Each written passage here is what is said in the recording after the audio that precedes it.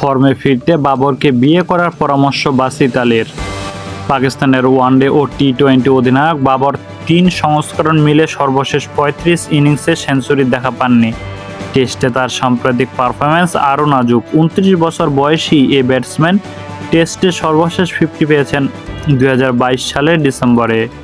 এরপর এই সংস্করণে খেলেছেন আরও 16টি ইনিংস, যেখানে তার সর্বোচ্চ ইনিংসটি 41 রানের। সম্প্রতি নিজেদের মাঠে বাংলাদেশের বিপক্ষে পাকিস্তানের ধবলধোলাই হওয়া সিরিজেও ভালো করতে পারেননি। 4 ইনিংসে মাত্র 16 গড়ে করেছেন 64 রান।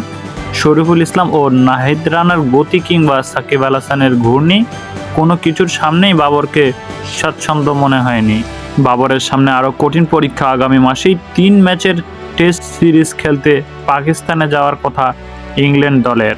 ইংলিশদের বিপক্ষে 2022 সালে 3-0 ব্যবধানে সিরিজ হেরেছিল পাকিস্তান, যা দেশের মাটিতে তাদের প্রথমবার ধবলধোলাই হওয়ার ঘটনা। পাকিস্তান ক্রিকেট ও বাবরের ক্যারিয়ার যখন প্রতিকূল পরিস্থিতির মধ্য দিয়ে যাচ্ছে, তখন তাকে ফর্মে ফিরতে বিয়ের পরামর্শ দিয়েছেন বাসিত আলী। পাকিস্তানের সাবেক ক্রিকেটার নিজের ইউটিউব চ্যানেলে বলেছেন, বাবর আজম তোমার মা বাবার সঙ্গে কথা বলে বিয়ে করে নাও, এরপর তুমি পুরোপুরি ভিন্ন এক মানুষ হয়ে উঠবে।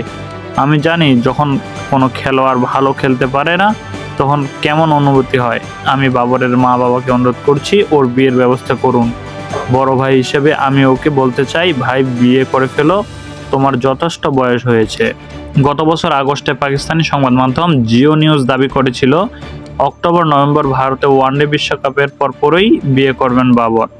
পনে তারই একজন কাজিন। তবে দেশটির ক্রীড়া সাময়িক ছায়া কর্পোরেশন সামাজিক যোগাযোগ মাধ্যমকে জানায়, বাবরের বিয়ের খবর সম্পূর্ণ মিথ্যা। যাচাই না করে এমন সংবাদ প্রচার না করতেও অনুরোধ করে ছায়া কর্পোরেশন। ইউটিউব চ্যানেলে পাকিস্তান ক্রিকেট দলেরও সমালোচনা করেছেন বাসিত। বাংলাদেশের বিপক্ষে সিরিজ হারের দল পাকিস্তানের ক্রিকেটদের বড় শিক্ষা হয়েছে। এটা পাকিস্তান ক্রিকেটের জন্য জেগে ওঠার ডাক। ওরা এর চেয়ে নিচে নামতে পারে না। এখন তাদের জেগে উঠে চোখ মেলতে হবে। বাংলাদেশের কাছে হারের পরও যদি তোমাদের চোখ না খোলে, তাহলে শুধু নেপাল ও আফগানিস্তানের বিপক্ষে টেস্ট খেলো।